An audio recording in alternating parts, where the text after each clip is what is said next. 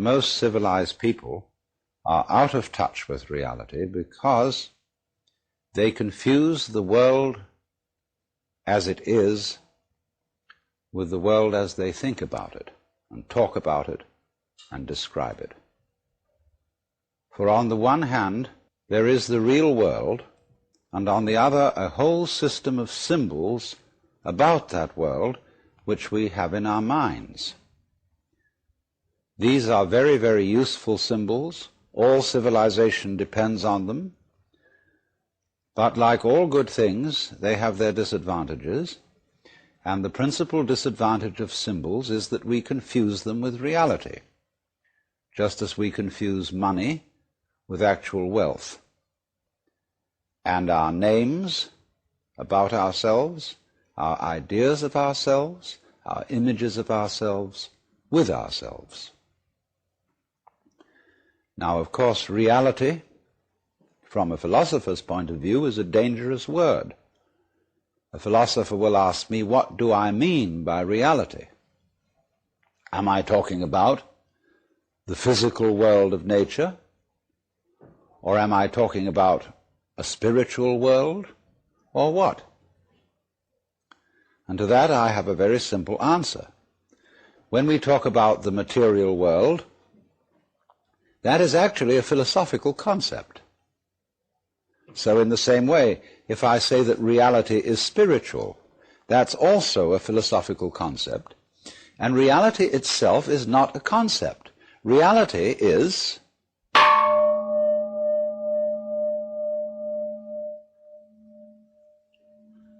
and we won't give it a name.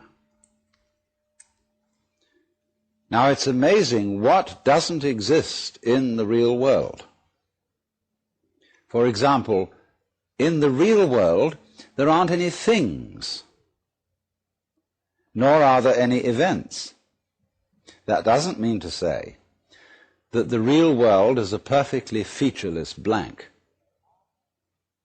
It means that it is a marvelous system of wiggles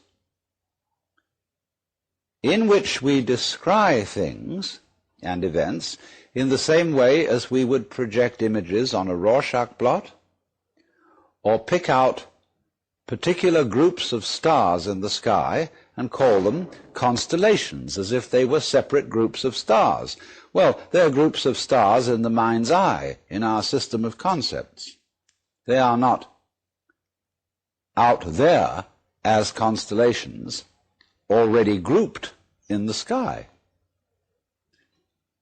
So in the same way, the difference between myself and all the rest of the universe is nothing more than an idea. It is not a real difference. And meditation is the way in which we come to feel our basic inseparability from the whole universe. And what that requires is that we shut up. That is to say, that we become interiorly silent and cease from the interminable chatter that goes on inside our skulls. Because, you see, most of us think compulsively all the time. That is to say, we talk to ourselves.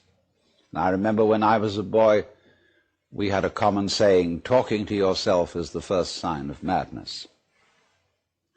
Now, obviously, if I talk all the time, I don't hear what anyone else has to say. And so in exactly the same way, if I think all the time, that is to say, if I talk to myself all the time, I don't have anything to think about except thoughts. And therefore I'm living entirely in the world of symbols, and I'm never in relationship with reality. All right, now that's the first basic reason for meditation. But there is another sense, and this is going to be a little bit more difficult to understand, why we could say that meditation doesn't have a reason or doesn't have a purpose. And in this respect, it's unlike almost all other things that we do, except perhaps making music and dancing. Because when we make music, we don't do it in order to reach a certain point, such as the end of the composition. If that were the purpose of music, to get to the end of the piece, then obviously the fastest players would be the best. And so likewise, when we are dancing, we are not aiming to arrive at a particular place on the floor, as we would be if we were taking a journey. When we dance, the journey itself is the point. When we play music, the playing itself is the point. And exactly the same thing is true in meditation. Meditation is the discovery that the point of life is always arrived at in the immediate moment. And therefore, if you meditate for an ulterior motive, that is to say, to improve your mind, to improve your character, to be more efficient in life, you've got your eye on the future and you are not meditating.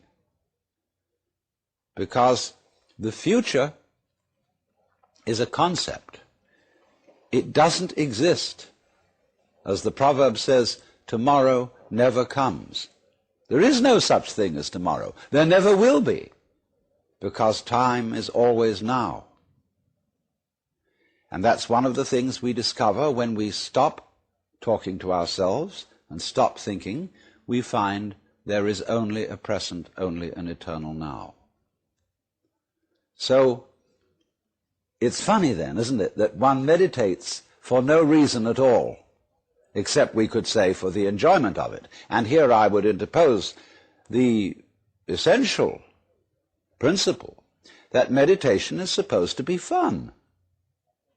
It's not something you do as a grim duty. The trouble with religion, as we know it, is that it is so mixed up with grim duties. We do it because it's good for you. It's a kind of self-punishment. Well, meditation, when correctly done, has nothing to do with all that. It's a kind of digging the present. It's a kind of grooving with the eternal now. And brings us into a state of peace where we can understand that the point of life, the place where it's at, is simply here and now.